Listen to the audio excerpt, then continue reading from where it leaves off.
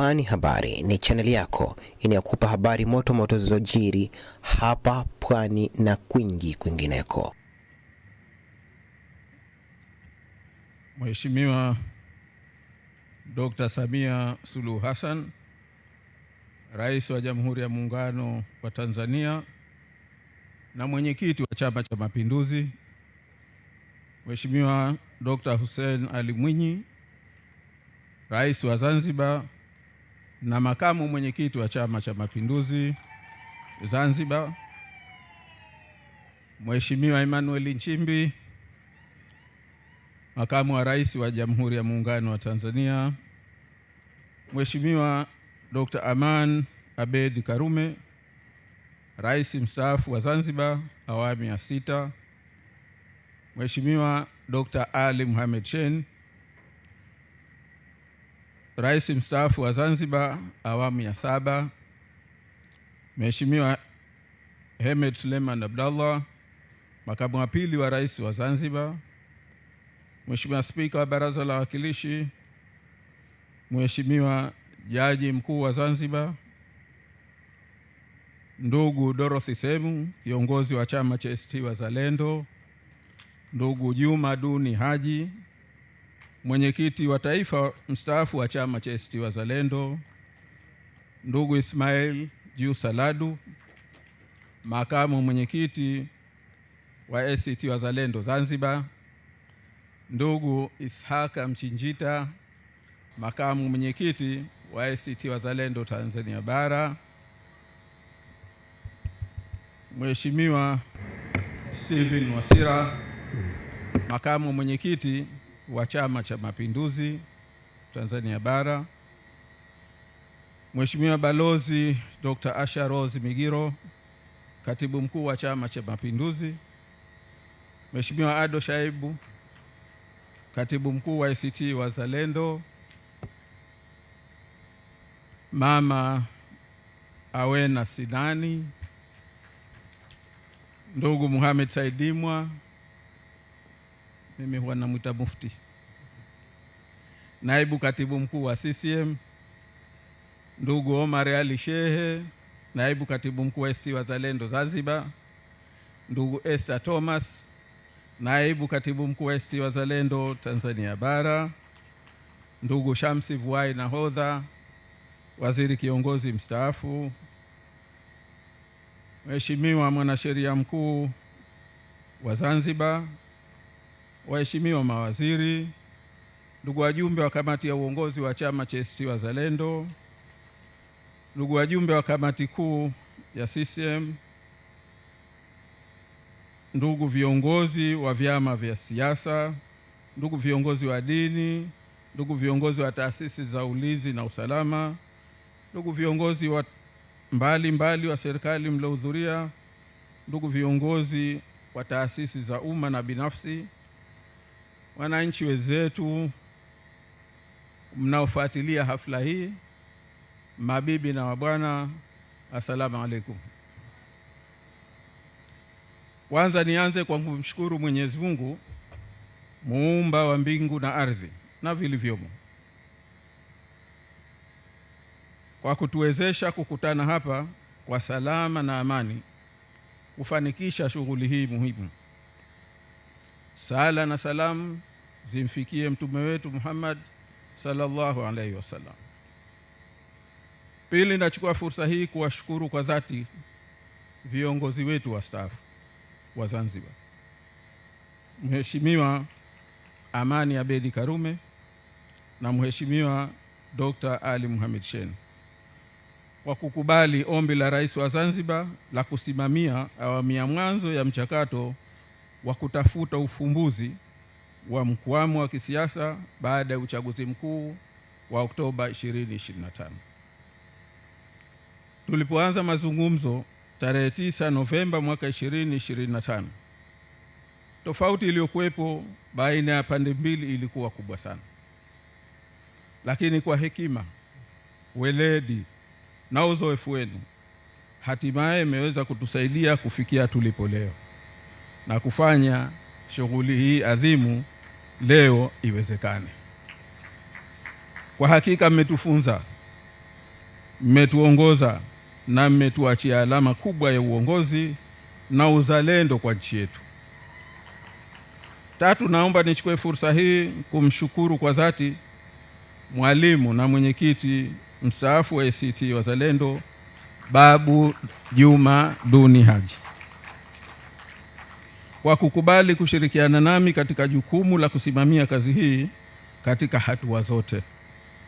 Kwangu amekuwa maktaba ya uzoefu wa michakato ya aina hii huko nyuma na namna ya kuiendea kila hatua.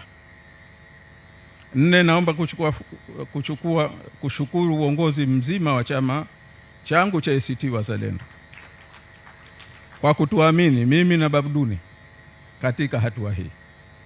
Kwa namna ya kipekee nimshukuru kiongozi wa chama ndugu Dorothy Semu ambaye aliongoza vikao vyote vya kamati ya uongozi na kutoa uongozi katika mchakato huu. Aidha, shukrani mahsusi ni kwa makamu mwenyekiti wa chama Zanzibar ndugu Ismail Yusaladu kwa kuratibu kamati ya mashauriano ya chama iliyosimamia mchakato huu katika hatua zote. Wapo wengi wanaostahiki shukurani kwa mchango wao mkubwa. Naomba waridhie tu kuwa ninatambua na kuthamini michango na kujitoa kwao. Tano, naomba kwa dhati nichukue nafasi hii kukushukuru na kukupongeza Rais wa Zanzibar na makamu mwenyekiti wa Chama cha Mapinduzi Zanzibar, Mheshimiwa Dr. Hussein Ali Mwinyi kwa uongozi wako katika suala hili. Hatua yako ya kuwateua wazee wetu, viongozi wetu, rais wastaafu wa Zanzibar kusimamia mchakato huu ilikuwa ya busara kubwa. Aidha, ushiriki wako binafsi katika baadhi ya vikao muhimu katika mchakato huu umeonesha njia na kuyafungua yale ambayo yalikuwa magumu baadhi ya wakati kuyapatia ufumbuzi. Sita, kwa upekee naomba nishukuru kwa dhati, nikushukuru wewe Rais wa Jamhuri ya Muungano wa Tanzania na mwenyekiti wa Chama cha Mapinduzi Mheshimiwa Dr. Samia Suluhu Hassan. Wanafalsafa wametufundisha kwa tusikilize kwa makini yanayosemwa, lakini tusikilize kwa makini zaidi yale yasiyosemwa. Wanaoifahamu maana falsafa hii watafahamu kwamba kuwepo kwako leo hii katika hafla hii ni kauli nzito ya kiuongozi, ni alama muhimu ya hekima na ni muongozo juu ya umuhimu wa jambo hili. Ni kielelezo cha ulivyobariki hatua hii katika hatua zote na utakavyoendelea kutoa uongozi katika mchakato huu. Mwisho, katika shukurani, ninatambua kwamba wapo wengi sana waliofanya kazi kubwa ya kufanikisha mchakato huu hadi hapa tulipofika. Natamani niwataje hata angalau baadhi yao, lakini muda hauruhusu. Tunathamini sana mchango wao, naomba wakubali kauli yetu hiyo. Waheshimiwa viongozi na wananchi kwa jumla, kabla na baada ya uchaguzi mkuu wa Zanzibar wa Oktoba 2025, mambo kadhaa yalijitokeza ambayo yaliiweka Zanzibar katika wasiwasi mkubwa juu ya mustakabali wake. Mawazo ya kupata ufumbuzi yalikuwa ya kila aina, baadhi ya jazba na hatari, mengine ya kukata tamaa na mengine yaliyoangalia matokeo ya muda mfupi. Wapo ambao kwa kukata tamaa kwao na kutokufikiri mbali walisahau kuwa Zanzibar imekuwepo na itabaki. Kinachobadilika ni zama, majira na mifumo ya kiutawala. Wapo pia waliokuwa na hekima. Hekima ni jambo ambalo Mwenyezi Mungu Subhana wa Ta'ala ameibariki na kusema ni tunu inayotoka kwake na huwapa aliyowachagua, kama alivyoeleza katika Qur'an sura ya 2 suratul Baqara aya ya 269 kwamba amewachagua wa kuwapa hekima, lakini aliyowapa hekima kawapa kheri nyingi sana. Lakini watakaolijua hili ni wale watu ambao wakutafakari. Wao walituongoza kuchagua njia ya hekima ya kutafuta ufumbuzi kwa njia ya mazungumzo. Waheshimiwa viongozi na wananchi kwa jumla, mazungumzo yaliongozwa na Rais wastaafu wa Zanzibar yalianza tarehe 9 Novemba 2025 na kuendelea kama ilivyoainishwa katika tamko la pamoja. Madhumuni yakiwa ni kuainisha maeneo yote muhimu ambayo yakipatiwa ufumbuzi yataivusha Zanzibar na kujenga msingi imara ya kuepusha kujirejea kwa hali ya wasiwasi na maafa kila msimu wa chaguzi.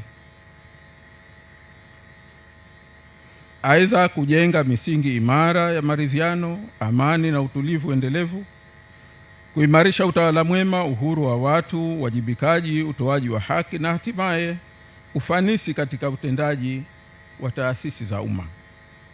Baada hatua hizo, hatimaye tuliafikiana maeneo muhimu ya kuchukuliwa hatua. Katika kufanya hivyo, hatua ya mwanzo ni kuyapatia maeneo hayo uchambuzi wa kina na hatua za kuchukuliwa kwa kila eneo. Kazi hiyo itatekelezwa na kamati ya pamoja itakayoundwa kwa mujibu wa ratiba iliyokubaliwa.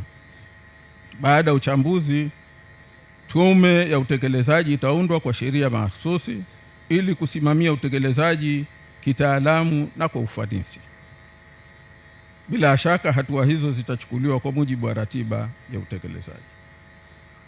Maeneo muhimu yatakayohusika ni mchakato ni pamoja na kujenga imani na kuaminiana, kupitia upya katiba yetu, kupitia upya mfumo wa uendeshaji wa uchaguzi, utumishi wa umma, mfumo wa utoaji haki na serikali za mitaa. Haya ni katika maeneo machache kati ya mambo ambayo yatahusika na hayo yatakayokwenda kupatiwa scope yake na kamati ya pamoja. Waheshimiwa viongozi na wananchi kwa jumla, kwa wengi wanaweza kutafsiri kuwa hatua zinazochukuliwa ni kupata ufumbuzi wa kisiasa tu kwa faida ya vyama vya siasa.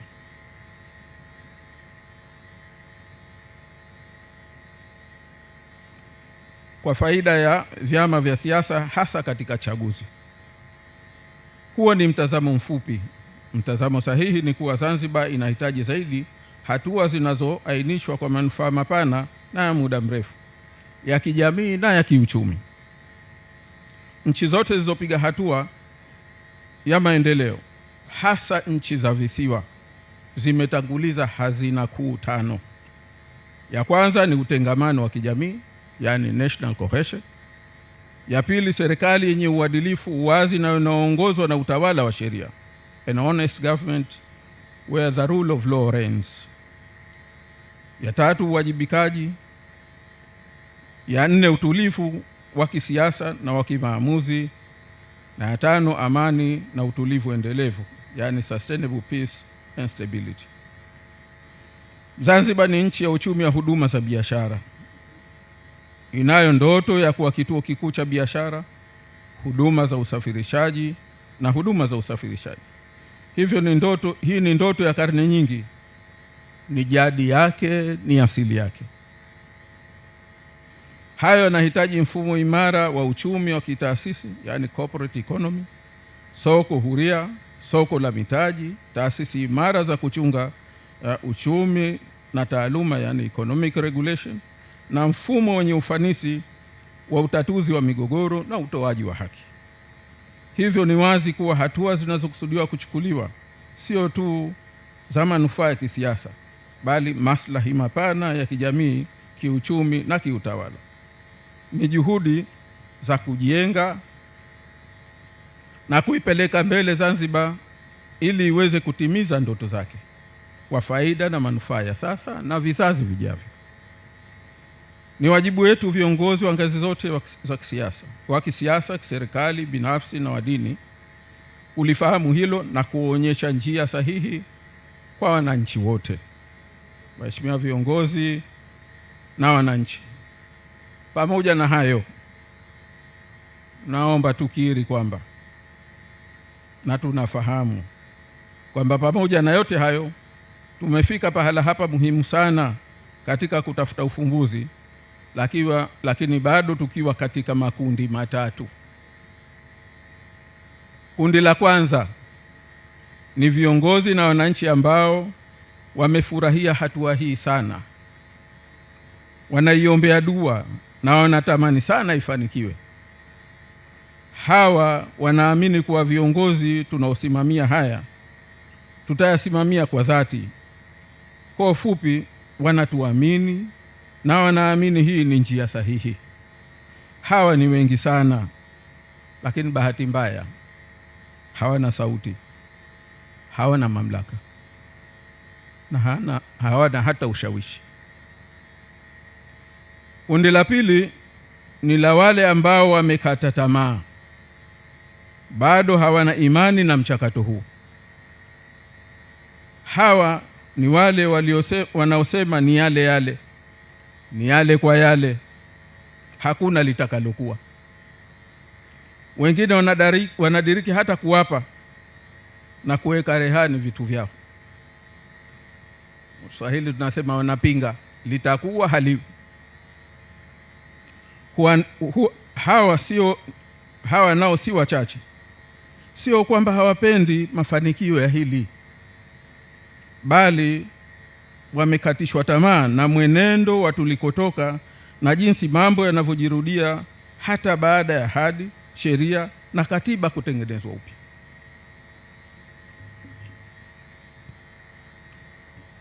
Hawa wanahoja, lakini wapo tayari kuunga mkono juhudi zozote za kweli zitakazochukuliwa.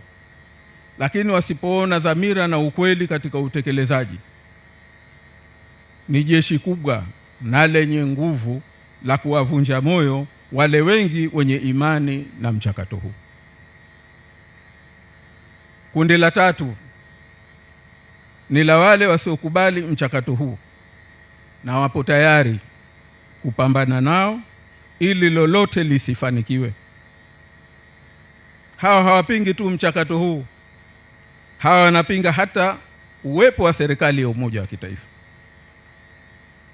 Hawa wanaamini haya ni makaratasi tu, hii ni njia tu ya funika kombe, lakini mambo yataendelea kama kawaida yao.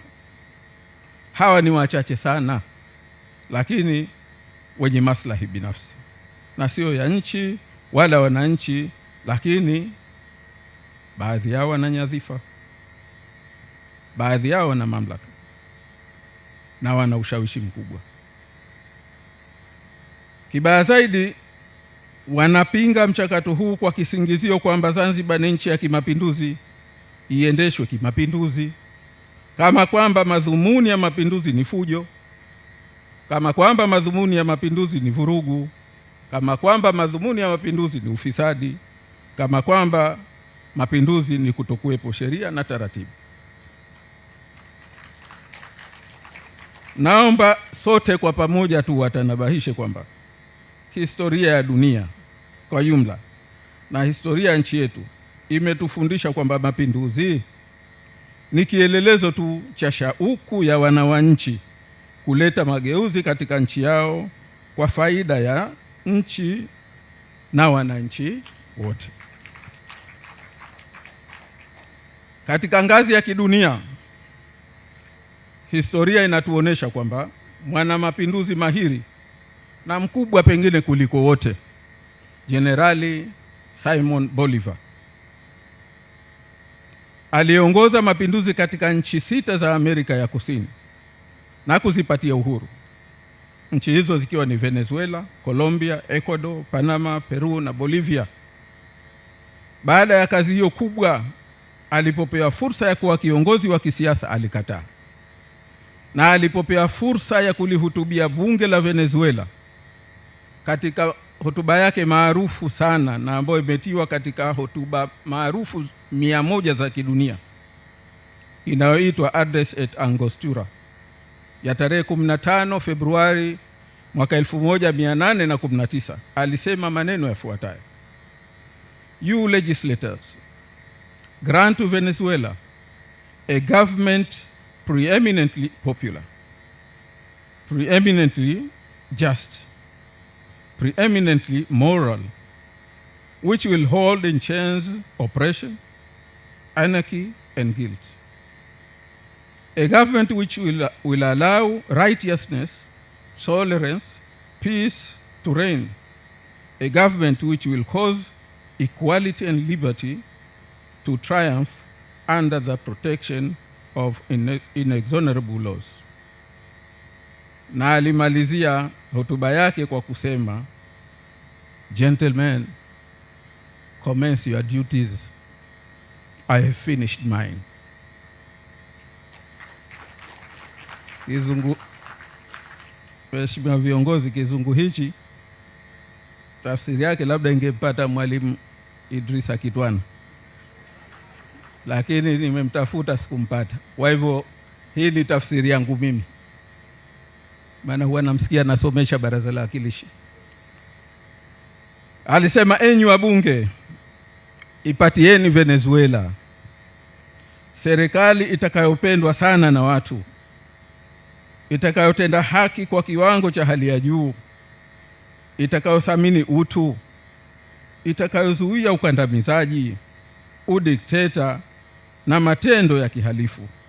Serikali itakayohakikisha uadilifu, kuvumiliana na amani vinatawala. Serikali itakayohakikisha uhuru na usawa vinatamalak chini ya sheria madhubuti za nchi. Na alimalizia kwa kusema, enyi waungwana, mimi nimemaliza kazi yangu, anzeni ya kwenu.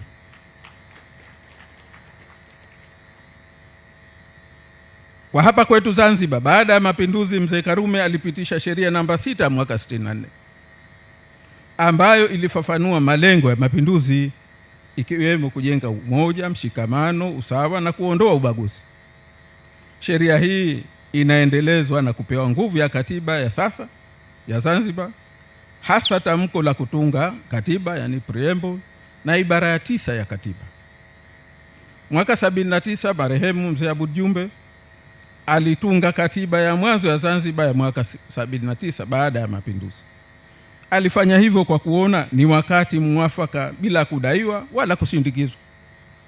Alikubali kuacha madaraka makubwa ya mwenyekiti wa Baraza la Mapinduzi na Baraza la Mapinduzi yenyewe, na mapinduzi yaende kwa wananchi kupitia Baraza la Wawakilishi, ambayo yeye mwenyewe siku ya kulifungua aliliita kwamba ni ngome ya wananchi. Marehemu Mzee Ali Hassan Mwinyi alikuja na katiba mwaka 84 ambayo tunaitumia mpaka leo. Alitanua haki ya wananchi kuchagua wawakilishi wao, ilitambua na kulinda haki za binadamu na kuruhusu wananchi kudai haki zao mahakamani na mengineyo mengi. Aidha, aliondoa mfumo wa mahakama za wananchi na kuanzisha mfumo tulionao sasa wa mahakama. Alianzisha haya kukiwa na chama kimoja tu, bila kudaiwa, bila kusindikizwa, bali aliona wakati umefika, Zanzibar inahitaji mfumo imara. Mwaka 2000 Rais wa Zanzibar Dr. Amani Abeid Karume alianzisha Wizara ya Utawala Bora na kusimamia marekebisho ya 8 ya katiba yaliyoanzisha, pamoja na mambo mengine, ofisi ya mkurugenzi wa mashtaka, ili usimamizi wa haki jinai uwe huru na usiingiliwe na siasa. Na niseme hapa, alinipa heshima ya kuwa mkurugenzi wa mwanzo wa mashtaka kuanzisha ofisi. Aidha, alisimamia marekebisho ya 10 ya katiba yaliyozaa serikali ya umoja wa kitaifa, ikiwa ni utekelezaji wa mwafaka baina ya vyama vikuu vya siasa wakati huo Rais Dr. Ali Mohamed Shein alichukua hatua muhimu ya mageuzi ya utumishi wa umma kwa kusimamia kutungwa kwa sheria ya utumishi wa umma mwaka 2011 ambayo mpaka leo tunaitumia, ambayo pamoja na mambo mengine iliweka maadili ya utumishi wa umma ikiwemo ile ya kutokujihusisha na siasa. Haya yote yalifanywa na viongozi walioyashuhudia mapinduzi, walioyaishi mapinduzi na walioyafahamu vyema. Sasa anayedhani mapinduzi ni fujo, ni kutokuwa na sheria wala taratibu, yeye ameegemea hoja gani?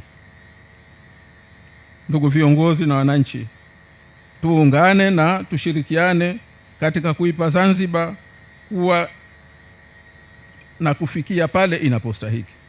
Yote yanayokusudiwa kufikiwa katika mchakato huu sio kwa maslahi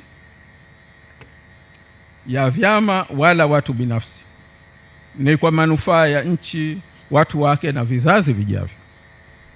Tushirikiane katika kuwafahamisha watu na kuwasomesha wale wasiofahamu. Tuwakatae wanaobeza haya na tupambane na wanaoyapinga haya kwa nguvu zetu zote. Ndugu viongozi na wananchi, naomba kwa niaba ya chama changu cha ACT Wazalendo nitoe ahadi zifuatazo. Ya kwanza, chama chetu cha ACT Wazalendo kimeingia katika mchakato huu kwa dhamira njema na kwa nia ya kutekeleza yote yatakayofikiwa. La pili, tunafahamu bado safari iliyopo mbele yetu ni kubwa sana na ngumu, lakini tumejidhatiti kuienda ili kutafuta ndoto ya watu wa nchi hii ya amani na utulivu endelevu na ustawi wa kijamii na kiuchumi. Ya tatu, chama chetu cha ACT Wazalendo kinawaahidi wananchi wa Zanzibar kwamba tutatanguliza siku zote maslahi ya nchi na wananchi, na kamwe hatutotanguliza maslahi ya chama chetu wala maslahi binafsi.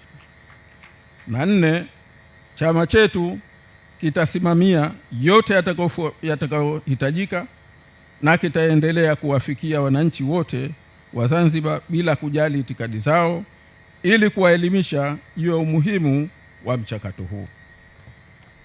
Mwisho, naomba niwatanabahishe Watanzania wenzetu wote kuwa linapotokea tatizo lolote, njia sahihi ni kuzungumza.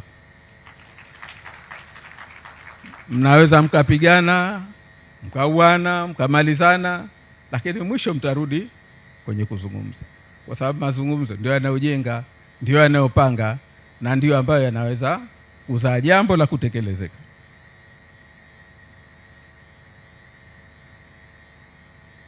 Kutafuta ufumbuzi kwa maslahi mapana ya taifa, kuzungumza kwa kuwekeana staha na kuvumiliana.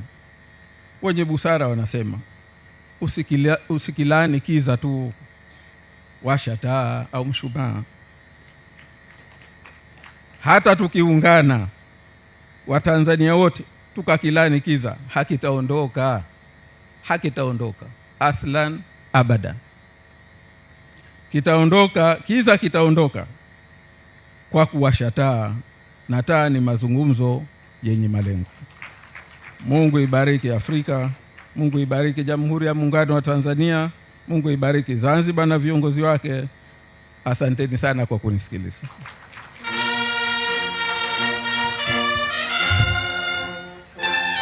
Kulike, kushare, kucomment na kusubscribe ili kupata zaidi kutoka hapa Pwani Habari.